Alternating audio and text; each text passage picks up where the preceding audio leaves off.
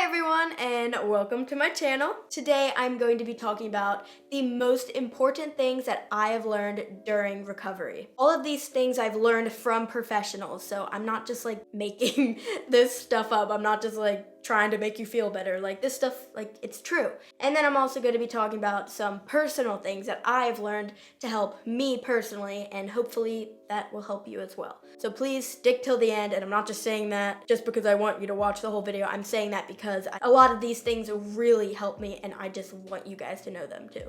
Okay, enough with the intro, let's get started. I don't know about you guys, but I compare myself to other people all the time. I'm scrolling through social media and I'm like, oh, I wish I looked like them. But something my dietitian brought up to me was that you compare yourself to people without knowing the full story. And there's 3 different ways that this happens. You're comparing yourself to a picture of someone on Instagram, and you're comparing your natural, real body to their enhanced ones. So many people Photoshop their body to make it look skinnier. So in reality, they don't even look like that. And you're comparing your real body to their enhanced ones. And even if they don't enhance their photos, the angles matter. Like if you do like a certain angle and like suck your stomach in at a certain point, like you'll look really skinny. But like in reality, if you just see them in person and they're just relaxing, they don't look like that in the photo. Angles matter. And people take so many pictures of themselves before posting on Instagram. Like for me, like I pick like 100 photos and then I pick like my 1 to 2 favorites of like the best angle, and everyone does that. But if you're comparing your entire body through every single angle to one picture of someone that has like a good angle and like good clothes that work with their body type, sometimes like you can look super big in an angle, and it's not because you're big, it's because of an angle, and other angles can make you look really thin. And again, if you're just comparing your natural body to the perfect picture out of 1,000 pictures that this person took, then that's just not fair to yourself, and you're making yourself feel bad for nothing. Number 2, my dietitian and my dad brought this up to me, and when my dad talked about this to me, it really resonated with me, and I really want to share it with you guys. Genetics. Someone may be a lot slimmer than you, and if you love their body and you think they have the perfect body, and you cut your food and you work out and try to do exercises to get rid of love handles, and you're trying to get their exact body, you're never gonna be satisfied, because everyone has their own body. And someone's healthy BMI can be different than another person's BMI. Everyone has a set weight that their body maintains. 2 people are the same height and one weighs more. They could be eating the same exact thing and doing the same exact workout, but this person still weighs more. And if this person tries to cut food to weigh as much as this person, even if they're the same height, they can then go into starvation mode. So not everyone has the same BMI and set point, even if you're the same height. And even if the person with a bigger frame or body type tries to get skinnier and they lose a lot of weight, they're still never gonna look like the other person, because bone structure matters. If you want this hourglass shape and your bone structure isn't in that shape, you're never gonna look like that ever. Like I wanted to have that hourglass like skinny shape, but my hips are wider. You're never gonna be an hourglass if you weren't born that way. So stop trying to get to this specific body that's not your body, because no matter how much weight you lose, you'll never be happy, because you'll never get the body type that you want. So accept the body you have and treat your body and nourish your body, and don't take it for granted. God gave us our body as a gift. We should be thankful for our body. We should be thankful that our body works. We should be thankful that we can walk and run and do all the things that we can do. Think about the things that you do have that other people don't.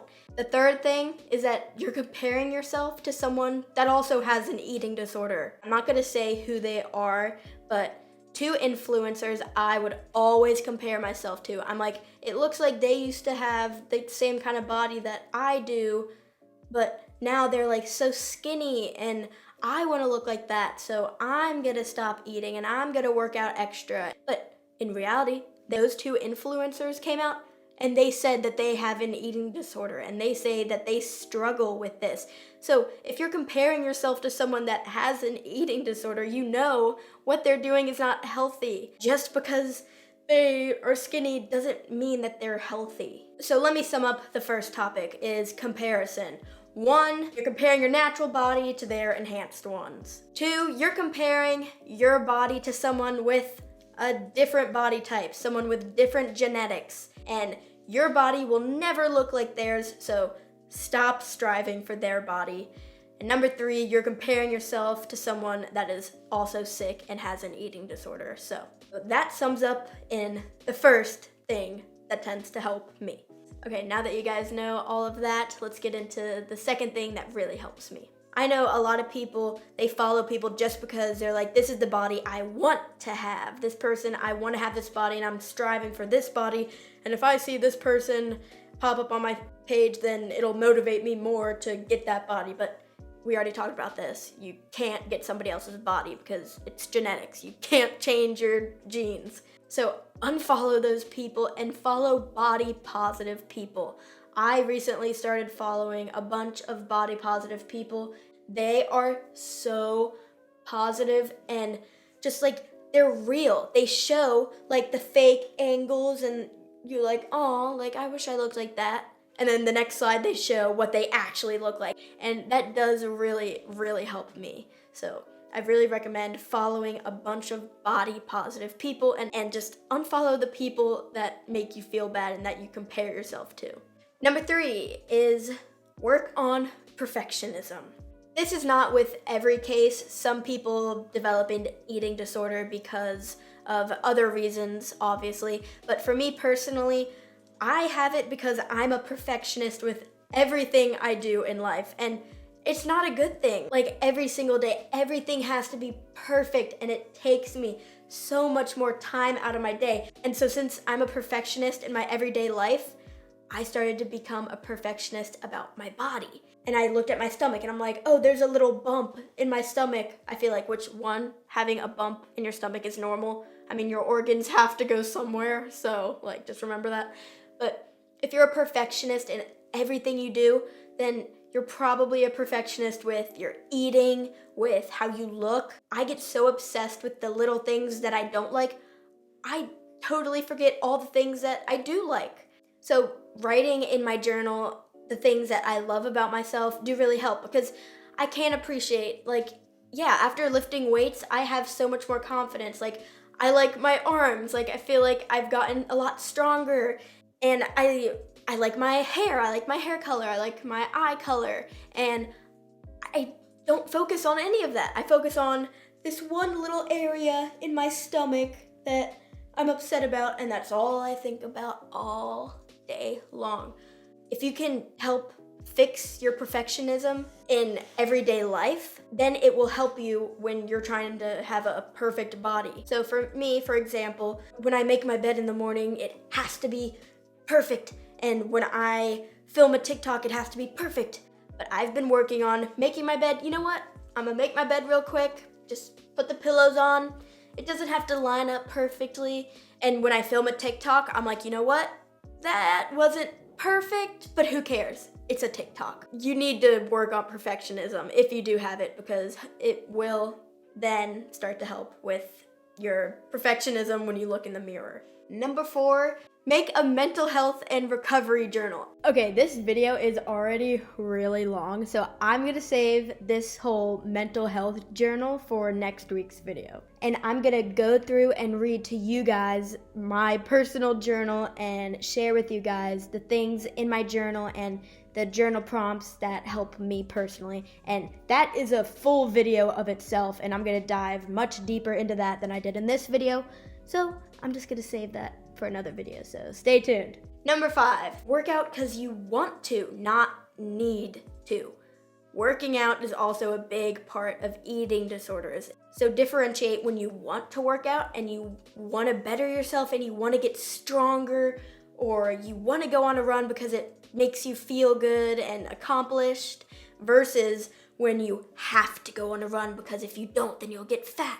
So differentiate between wanting to run and needing to run for the eating disorder. And work on whenever you feel like you need to work out, don't. But do it because you want to, not need to.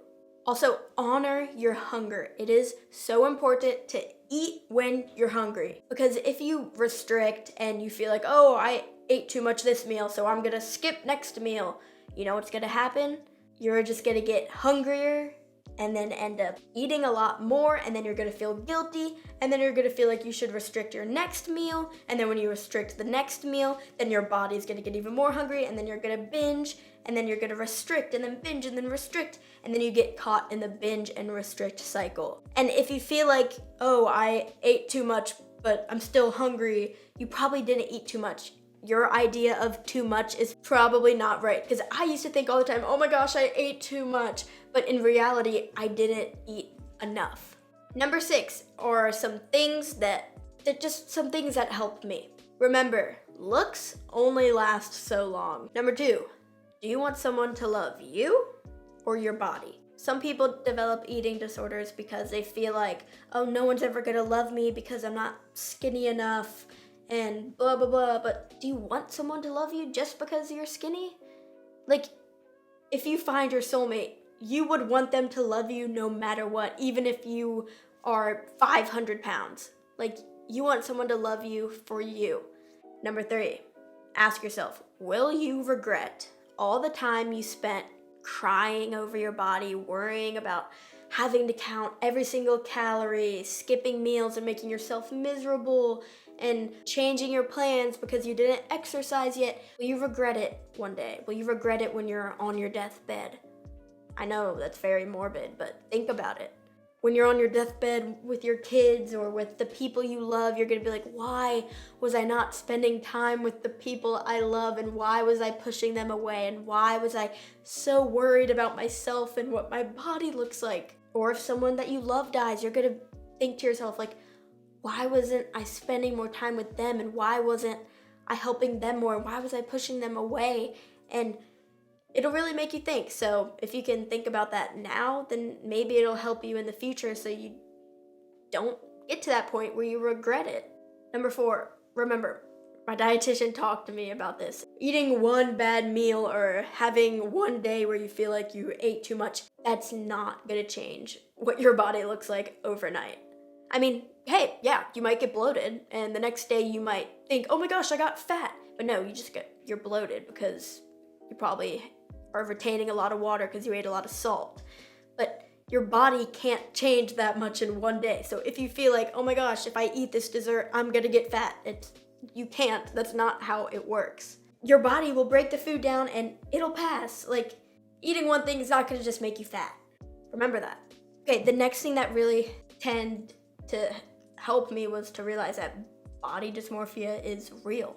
My therapist and dietitian told me I probably have body dysmorphia, so just realize that what you see in the mirror, it isn't accurate. And I was like, yeah, okay, but I don't think I have it. I didn't think I had it. I saw in the mirror what I saw in the mirror, and I was like, okay, that is reality. So this is the time I realized I had body dysmorphia.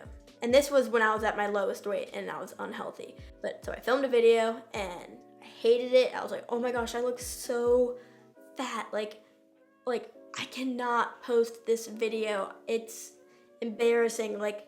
And I was like crying because I'm like, I'm so gross. And then months later, after I'm in the middle of recovery, probably almost 8 months later, I came across that video.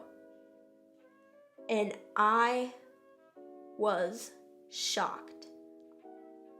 I saw myself and it's like my eyes just like opened for the first time. I was like, wait a minute.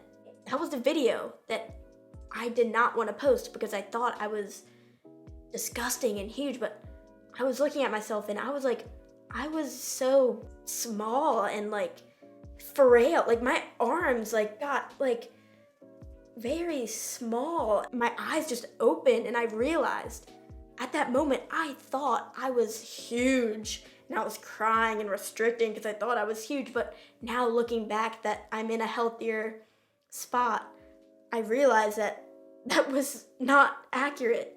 And that the body dysmorphia was making me think I was huge.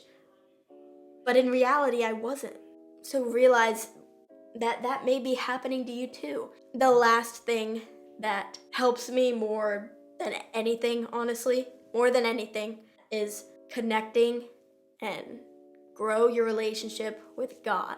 I know everyone's not religious and some people don't even believe in God, but once you give yourself to God and you have faith that there's something else and that there's something bigger than yourself, it will help you realize that what you're worried about is so stupid, and like it doesn't matter what you're worried about. Like there's something so much bigger. And I realized, like, reading the Bible, like, God doesn't want me to be worried about myself, about what my body looks like. And there are so many quotes in the Bible that I love. I want to treat my body how God would want me to treat it. God doesn't want me to do all this unhealthy stuff to get skinnier. And He wants you to focus on something bigger, and He wants you to help others and not be so obsessed with yourself and how your body looks. So that really does help me, reading the Bible and learning about that and like hearing His words and reading Bible verses that are specifically for anxiety and recovery. That really, really helps me. So guys, those are the main things that really help me during my recovery, during when I'm having hard times and I feel like giving up.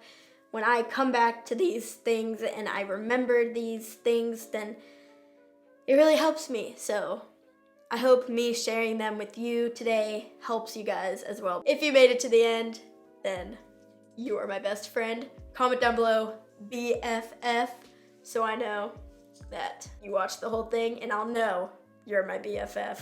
And everyone else in the comments will be like confused, and like, why is everyone commenting BFF? Like, what? Like, we'll know. It'll be like our inside thing. And like everyone that watched the whole video, like, we'll have our own understanding. So yeah, thank you guys so much for watching. I really hope this advice resonated with you. I will see you back with another video next week. Make sure to like and subscribe so you see it, because I'm really excited for next week's video. Okay, bye guys.